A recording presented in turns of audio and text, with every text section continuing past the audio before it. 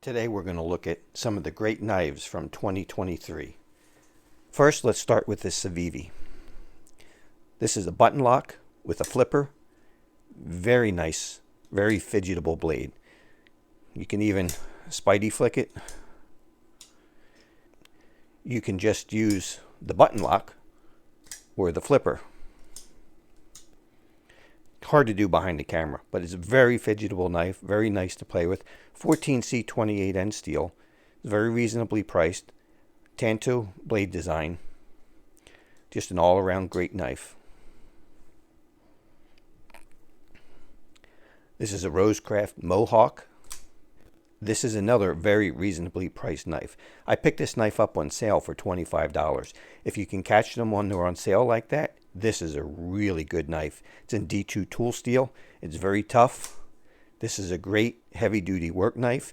It's great if you're doing tasks where you're going to be abusing a knife, or if there's a high probability that you might lose a knife. This is a great one to carry. And for 25 bucks, why would you want to use a lesser knife, something that's not up to the challenge?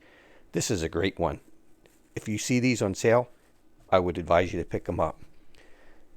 This one I picked up, this is a Rat Model 1 in D2.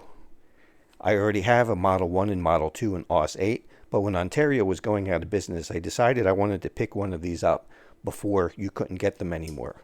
She's a great knife, and again, very reasonably priced. I think these were around $35. Zavasti Nightshade. This is a standard model in Nitro V. This also has proven to be an excellent knife. I did a cut test on this a while ago. Matter of fact, two different ones. One with the factory edge and one with my edge on it. And after I put an edge on it, this knife performed really well. Another great knife from Vastid. This is a Corsair. This is a Nitro V. You can see it on there. Corsair and Nitro V. It has their version of an access lock. I would highly recommend this knife over a Benchmade bug out. It's a lot cheaper. It's heavy duty. You can flex the scales just a little bit, but it's very strong compared to a bug out. Great knife for a great price. I believe these came in around $60. This is the Kershaw Iridium. These were a little more, probably around $75 or so, but just an excellent knife. This is in D2 tool steel.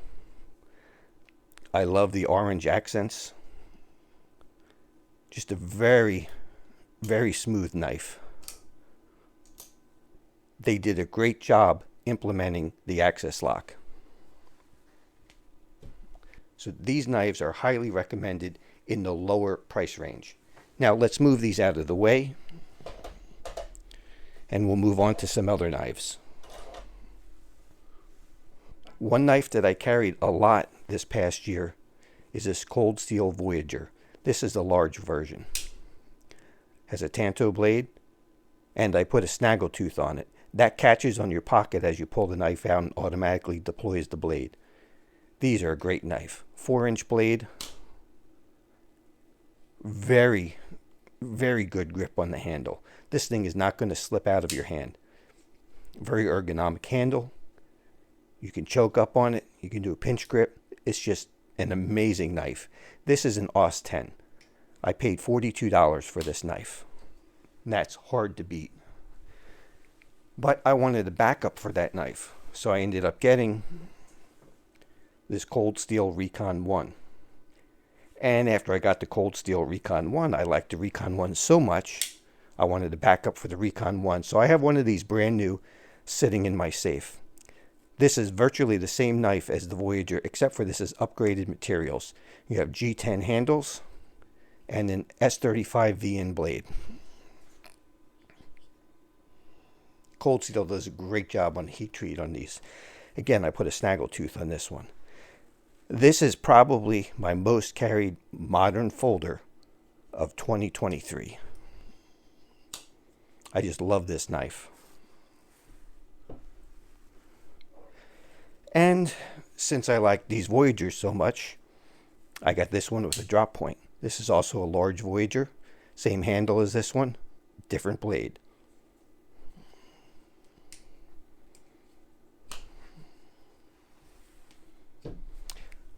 Okay, so that's it for the cold steels. I'm not going to include the large ones like the Espada XL and a few of the other large knives I have. This is for EDC knives.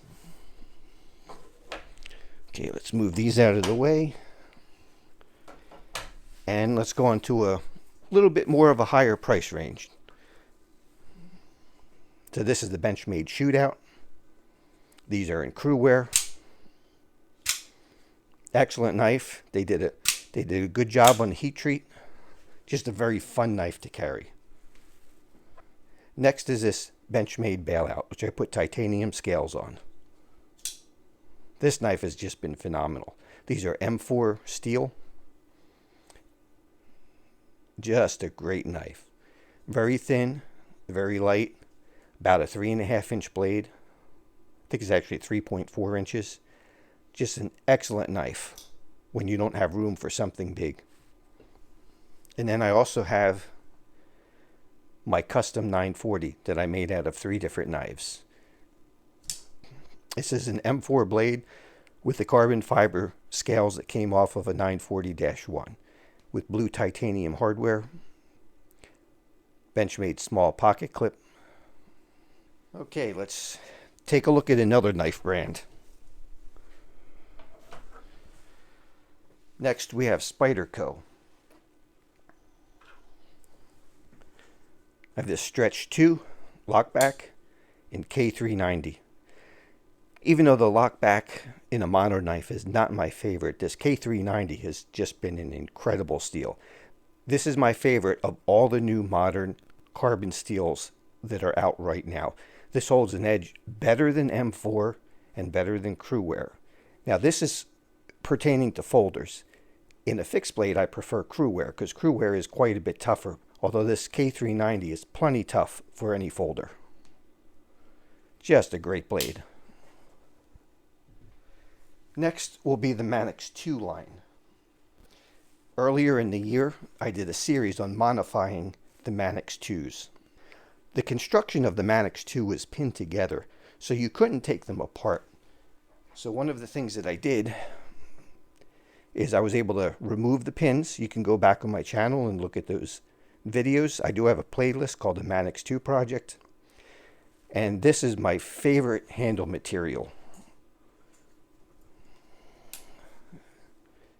These are a translucent blue.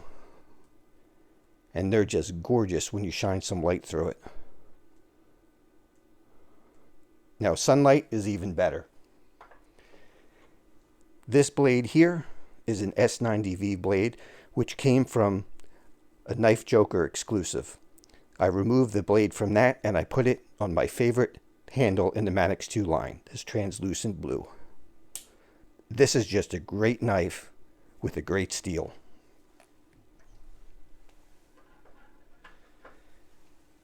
Now I also had an M4 exclusive, which was from Blade HQ. The M4 came with these green scales. I took it apart and I put it in one with black scales. So when the M4 develops a patina, this one I added a little bit of vinegar to it, so this is a little bit darker than normally it would be at this point. But I think the patina on the M4 looks much better with the black scales than with the green.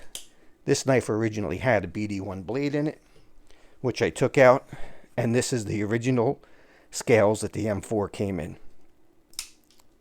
And there's the BD1 end blade.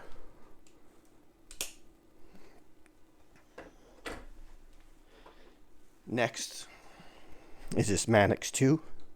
This isn't the lightweight version, this is the regular Manix 2. This one is in M390. And Spyderco did an awesome job on their heat treat. They do a good job on all their steels and all their knives. So this is another excellent knife. And then lastly, in Spyderco is this Manix 2 XL with custom scales. These are Micarta scales, which I got from a company that's based in the Ukraine. This is an awesome knife. I love the larger size, but those of you that have watched my channel for a while, you know I like large knives. This one's in crew wear.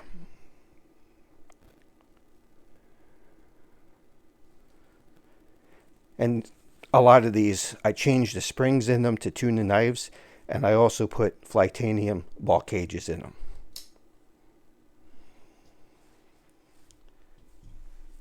So that's the choices from Spyderco. Now let's move on to a few other choices.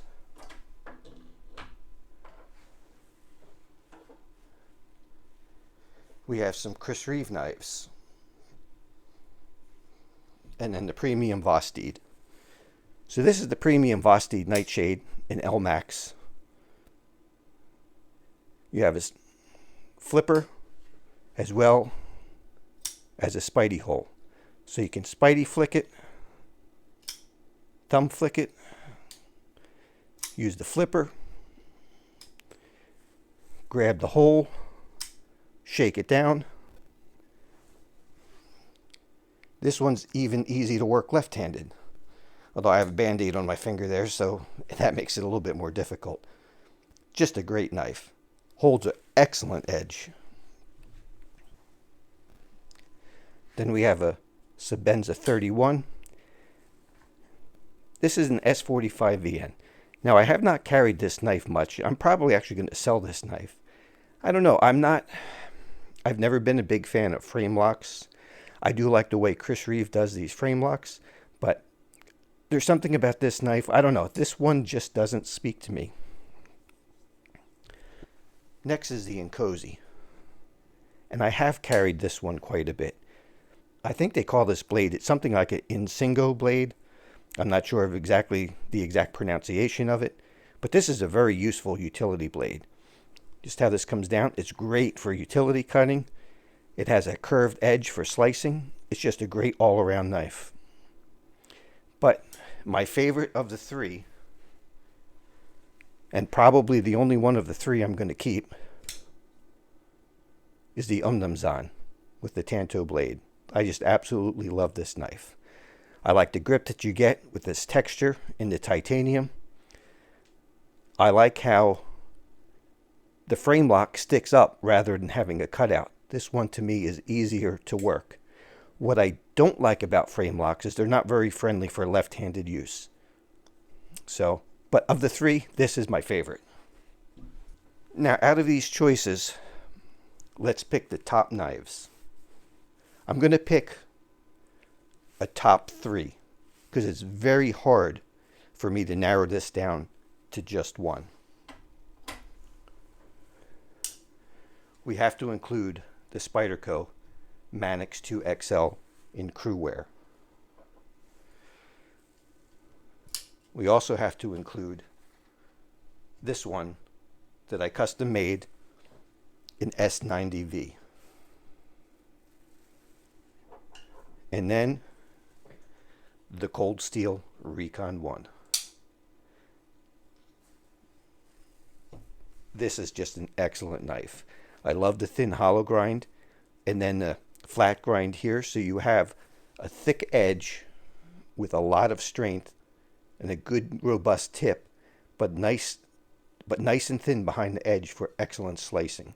This knife just gets a lot of work done. It's excellent. And I don't know if I can stop just there. I'm going to include a fourth knife.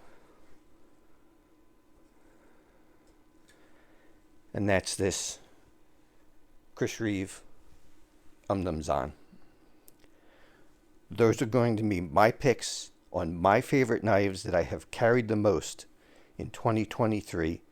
And if I had to choose only one, since I do work for a living and I use my knives and I use them seriously to cut up a bunch of stuff. Now, if I had to only pick one of these, it would be a really tough choice. And I think it would come down to the Recon 1 is definitely going to be one of the two choices.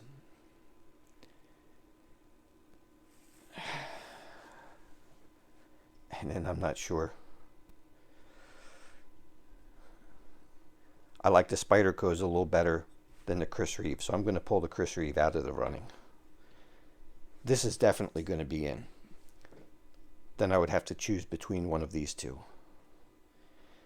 Since this is a larger, heavy knife, this is a larger, heavy knife, I think I'll take this out, and this gives me a nice lightweight option. So I have two different sizes. I have S35VN, then I have S90V if I have to cut a lot of stuff where I want a really excellent edge retention. For example, if I have a day that I have to process a lot of cardboard, it's going to be the Spyderco, an S90V. So those are going to be my top two choices for knives carried. These are knives that I carried and carried a lot in 2023. Now, let's take a look at what would be some of the best budget options. Of the budget options, of course, this nightshade, these were about $135, I think. So that's pushing it a little bit. But the standard version of the nightshade, that is a very good possibility. If you could find these or you can afford these, it's a great knife. It's definitely, this Elmax is awesome. It's definitely better than Nitro V, but the Nitro V does pretty good. So I'll put the nightshade in one of the top more economical knives. Not cheap, not low budget, but a mid-priced economical knife. The Corsair. Like I said, I would recommend this and I would pick this up over a bug out any day. For the low budget range, this Mohawk in D2 is excellent. Good tough work knife for a very economical price. You can almost consider them as a disposable knife if you can find it for 25 bucks. So those are going to be my picks for the knives that I've enjoyed the most in 2023.